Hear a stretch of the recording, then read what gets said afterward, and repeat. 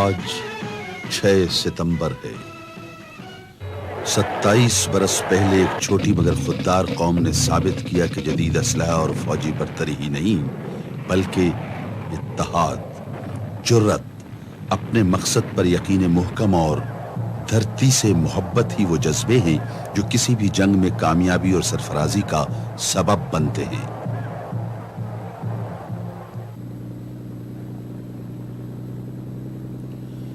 رن of کچھ میں پاکستانی افواج کی فتح نے بھارتی قابض فوجوں سے برسر پیکار کشمیری مسلمانوں کے جذبے کو ایک نیا حوصلہ بخشا اور انہوں نے وادی میں آزادی کی جدوجہد تیز تر کر دی۔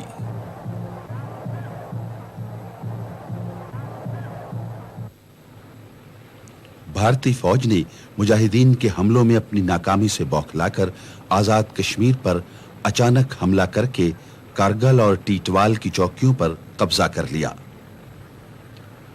بھارت نے تمام اخلاقی اور بین الاقوامی اصولوں کو بالائے طاق رکھتے ہوئے پاکستان کے علاقے اوان شریف کو شرنگیز گولہ باری کا نشانہ بنایا۔ اب پاکستان جوابی کارروائی کرنے میں حق بجانب تھا۔ آزاد کشمیر کی افواج نے پاک افواج کے ساتھ مل کر جوابی کارروائی کی کہ آزادی کے متوالے اپنی دھرتی کے ایک ایک ذرے کی حفاظت کرنا جانتے ہیں۔ 1 ستمبر کو مجاہدین مقبوضہ کشمیر میں آگے بڑھ رہے تھے۔ چھم، تیوا اور کسرانہ کی سرسبز وادیاں ان کے قدموں تلے تھیں۔ یہ وہ قدم ہیں جو ایک مرتبہ اپنی منزل کی جانب اٹھ جائیں تو کوئی طاقت ان کی راہ نہیں روک سکتی۔ صرف ایک دن میں اللہ کے سپاہی دریائے توی کے کنارے پہنچ گئے۔ توی کے دوسری طرف پلاں والا، چک بھگوان، کلیٹ اور ٹروٹی آزاد فوجوں کو خوش آمدید کہنے کے منتظر تھے۔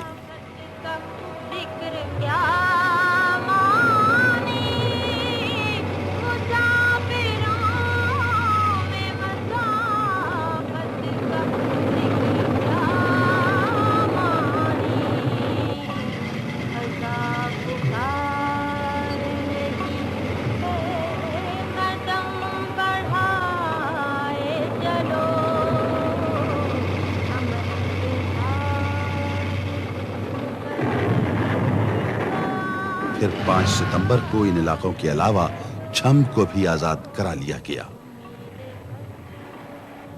اب مجاہدین کی اگلی منزل اخنور تھی۔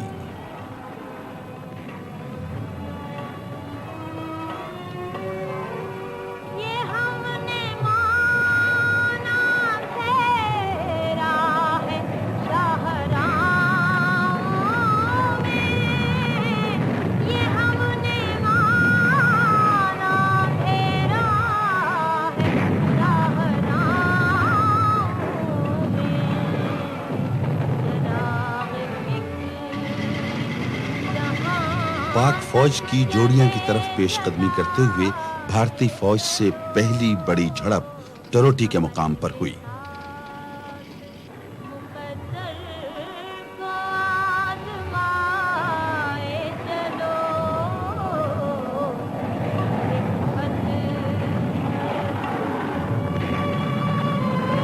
لیکن پسپائی کفر کا مقدر تھی۔ اب جوڑیاں بھی پاک فوج کے قبضے میں ہے۔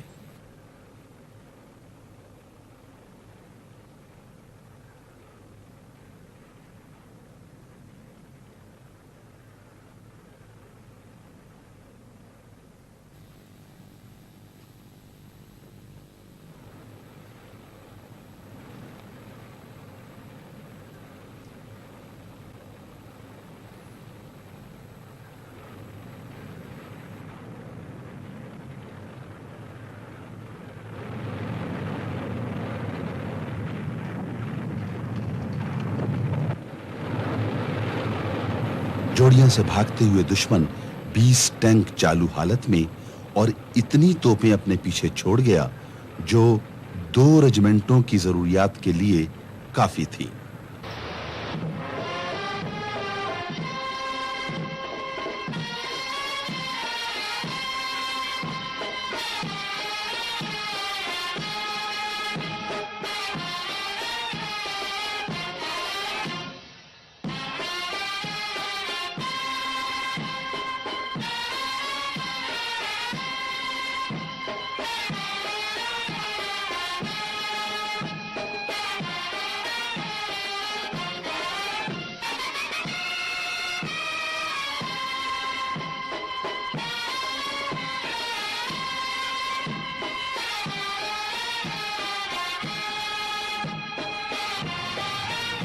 ادھر دشمن کے لیے کشمیر کے محاذ پر آزاد فوجوں کو روکنا محال ہو رہا تھا۔ اس کو سارا مقبوضہ کشمیر ہاتھوں سے جاتا ہوا محسوس ہوا۔ اپنی شکست کی شرمندگی مٹانے اور مجاہدین کی توجہ بانٹنے کے لیے بھارت نے 6 ستمبر کو علیہ صبح بغیر اعلان جنگ کیے مکاری سے پاکستان کی بین الاقوامی سرحد عبور کر لی۔ بھارت نے لاہور پر حملہ کر دیا۔ اس کی پیدل فوج کے 2 ڈویژن بھاری گولہ باری کی آڑ میں BRB نہر کے کنارے تک پہنچ گئے۔ قوم سو رہی تھی، لیکن پاک سرحدوں کی نگہبان آنکھیں جاگ رہی تھی۔ وطن کے سپاہیوں کے لیے اپنی وفاؤں کا عہد پورا کرنے کا وقت آ گیا تھا۔ پاکستان کے 10 کروڑ عوام جن کے دل کی دھڑکن میں لا الہ الا اللہ محمد رسول اللہ کی صدا گونج رہی ہے، اس وقت تک چین سے نہیں بیٹھیں گے جب تک دشمن کی توپیں ہمیشہ کے لیے خاموش نہ ہو جائیں۔ ہندوستانی حکمران شاید ابھی نہیں جانتے کہ انہوں نے کس قوم کو للکارا ہے۔ ہر بچہ، جوان، بوڑھا سر سے کفن باندھے اپنی بہادر افواج کے شانہ بشانہ دشمن کے مقابل تھا۔ خالد اور طارق کی روایات کے امین، حیدر کرار کے وارث آج پھر کفر کے مقابل تھے۔ ان کا تن من دھن اپنے دیس پر قربان تھا۔ اب ہر سپاہی ایک ناقابل شکست فصیل تھا جس نے دشمن کی پیش قدمی روک دی تھی۔ پاک فوج کے جوان تعداد میں دشمن سے کم تھے، لیکن ان کے ساتھ قوت تھی سچائی کی، سرمایہ تھا ایمان کا، عزم تھا اللہ اور اس کے حبیب صلی اللہ علیہ وآلہ وسلم کے نام پر مر مٹنے کا۔ لاہور میں صرف ایک کمپنی نے 9 گھنٹے تک دشمن کے پورے ایک بریگیڈ کو روکے رکھا۔ لاہور کے جم خانے میں عیش و عشرت کی محفل سجانے کے خواب دیکھنے والے بھارتی کمانڈر اپنی 3 ڈویژن فوج کے باوجود BRB نہر پار نہ کر سکے۔ وہ لاہور کا سیکٹر ہو یا قصور کا محاذ، پاکستانی قوم ایک سیسا پلائی ہوئی دیوار تھی جس سے ٹکرا کر دشمن کی فوجی قوت پاش پاش ہو گئی اور پاکستانی جانباز جنگ کو دشمن کے علاقے کے اندر لے گئے۔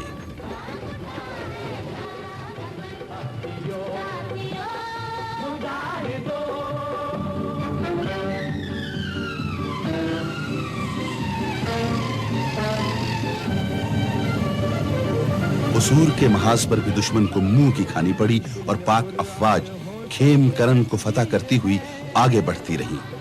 اصل اتر، چیمہ، محمود پور اور ولٹوہا اب پاک فوج کے قبضے میں تھے۔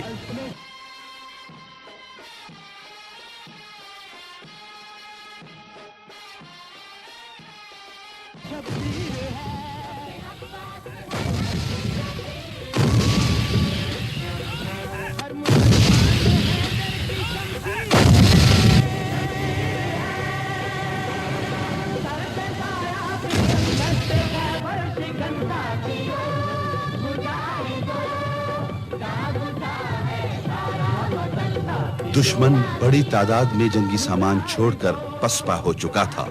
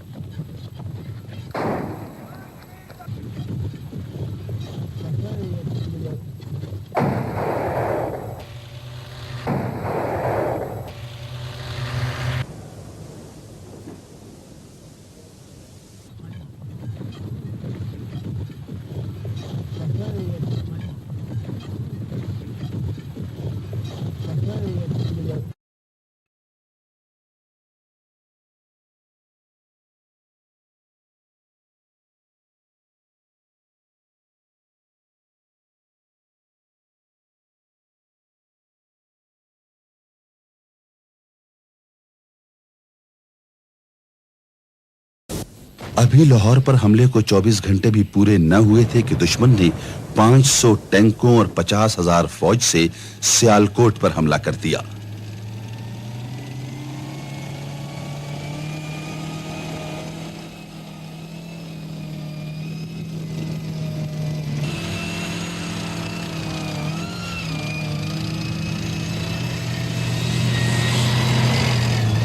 چوینڈا کے میدان میں انسان نے فولادی ٹینکوں کے مقابلے میں جو تاریخ لکھی وہ ہمیشہ سچے جذبوں کی فتح کا ثبوت بن کر چمکتی رہے گی۔ جب مقصد صرف حق کے پرچم کی سربلندی ہو تو اپنے رب سے جان کے بدلے جنت خرید لینا کوئی مہنگا سودا تو نہیں۔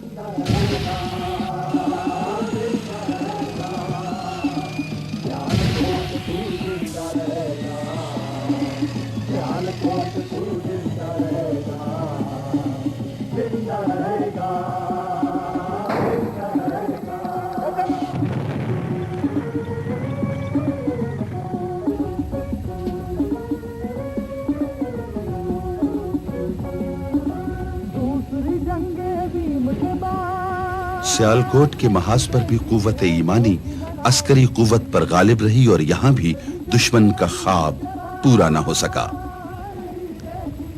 چوینڈا کے میدان میں جذبوں نے فولاد کو پگھلا دیا۔ حق ایک بار پھر جیت گیا۔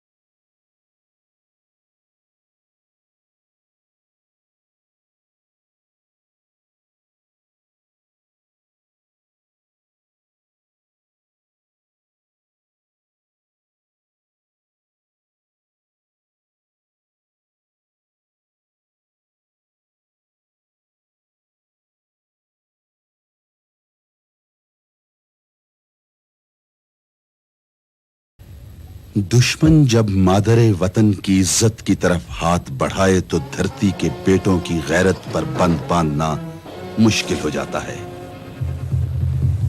6 ستمبر کے سورج کی سرخی ابھی قائم تھی کہ سلیمان کی سیکٹر کے کمانڈر نے دشمن کی پیش قدمی کا انتظار کیے بغیر آگے بڑھ کر دشمن پر کاری ضرب لگانے کا فیصلہ کر لیا۔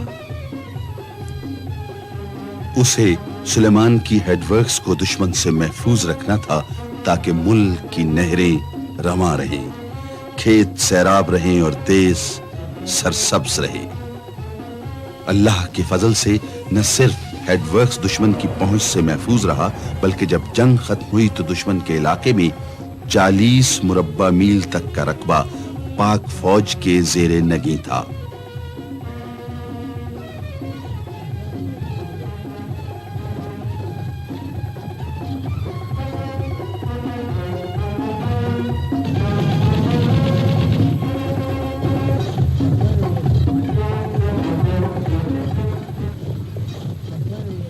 بھارتی فضاؤں میں 18 سال بعد ایک بار پھر مسجدوں سے تکبیر کی آواز گونجی۔ 8 ستمبر 1965 کو دشمن نے ایک اور محاذ کھول دیا، جنوب میں تھر پارکر کا محاذ۔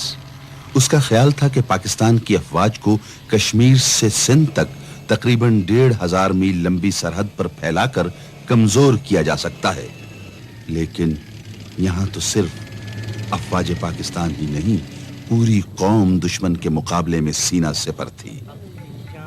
گدروں کی چوکی پر بھارت کے قبضے کے بعد پاک افواج نے جوابی کارروائی کا پلان تیار کیا اور فوج کے ساتھ لڑنے کے لیے 1000 رضاکاروں کی خدمات کی درخواست کی گئی۔ جواباً 50,000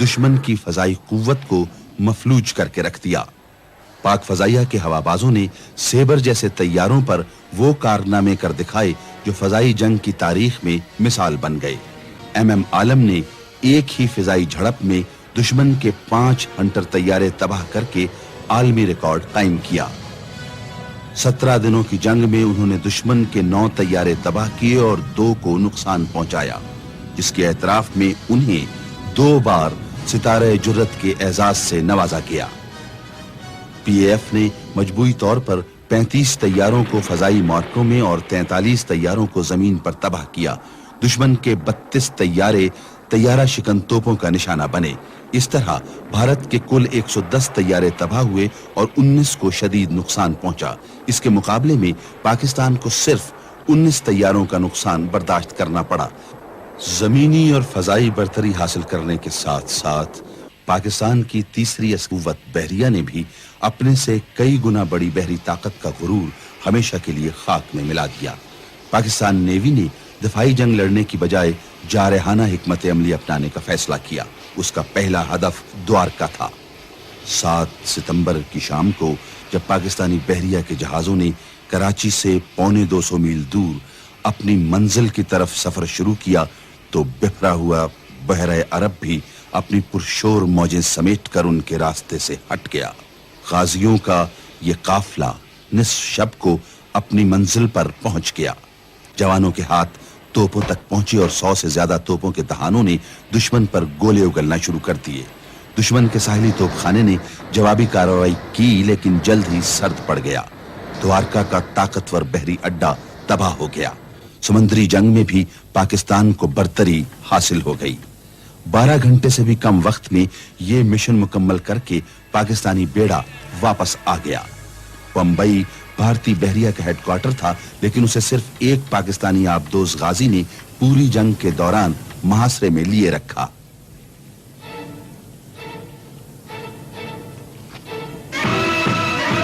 پاکستان نے 17 روزہ جنگ جیت لی، کیونکہ پاکستان حق پر تھا، کیونکہ فوجی جوانوں کے شانہ بشانہ پوری قوم سینہ سپر تھی۔